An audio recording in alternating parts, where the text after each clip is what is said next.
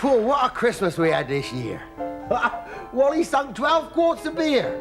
Oh, that's intemperance, says Reverend Gray. Well, Walt says, well, being teetotal ain't that great. I mean, imagine waking up at 8 and knowing that's the best you're going to feel all day. He says, but if I drops a worm in water, it'll wriggle like it oughter. But in beer, it dies as if attacked by germs. And Wally says, well done, hear that, everyone? Keep on drinking beer or you'll get worms. At the hospital's working for all they was worth. Every hour another birth. Vicar went down to see the new young mothers. He said, hello, Sister Bell. And why ain't you expecting as well? She says, I weren't on the Easter outing with the others. Our dentist, Ivor Ball, had emergency call. I'd take a tooth out for that nice Mrs. Spring. She says, will there be any pain? He says, I've done this time and time again, and I can truly say I've never felt a thing. She says, I nearly didn't come today. I nearly stayed away. I'm sure the pain would be more than I can bear. I'd rather have another baby. He just looks up and says, well, lady, make your mind up, because I got to adjust the chair. Yeah, I take it. We had decorations in the square. Salvation Army band played there. Captain says, if you know the words, join in, and if not, And he sees the Widow Pike. He says, and which hymn would you like? She says, oh, I'd like him with that big drum. And that great fat Teddy Bishop staggers in the fish and chip shop. He says, fish and chips and half a cottage loaf. She says, well, you got to eat it here or you got to take it with you. He says, darling, I expect I shall do both. Hey? Well, he sees this Irish miss. He says, how about a kiss?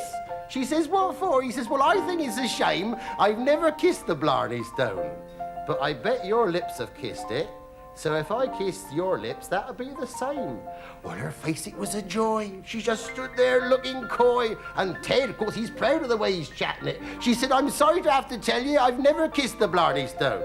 But I must confess that once or twice I've sat on it. Here, wait. And old George got married again, Boxing morning, 10:30. This time it was Mrs. Hodges' daughter, June. She looked all virginal in white. Then she says, George, tonight. He says, tonight be blown this afternoon. Oh, dear. And old Squirey tells the players in our football club, after the game, straight in the pub, you're on a pint per man per every goal you score. Well, of course, they didn't dream he'd say the same to the other team.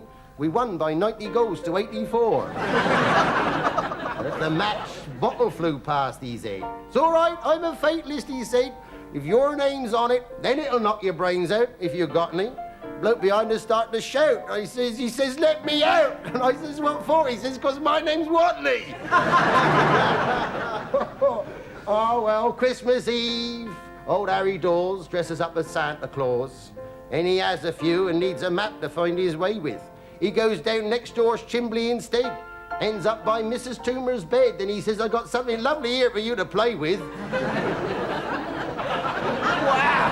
I mean, Tim, it was all in sport. This morning he's in court. And guess who's on the bench? Old Fish-Face Grimes. He said, I shall not treat this case with leniency. You've been charged with gross indecency. He said, cool, I ain't been indecent 144 times. He says, this year there has been more lechery and sin than any other year I can recall. I award this lady 10 quid. And Harry says, oh, splendid, and if I can afford it, I'll give her a bob or two and all. Well, Christmas come and went, and we felt the time well spent. It was, have a bit more pudding, where's the bismuth? And though we drunk until we burst, may I be the first to wish you all a very Merry Christmas. You try rhyming with bismuth.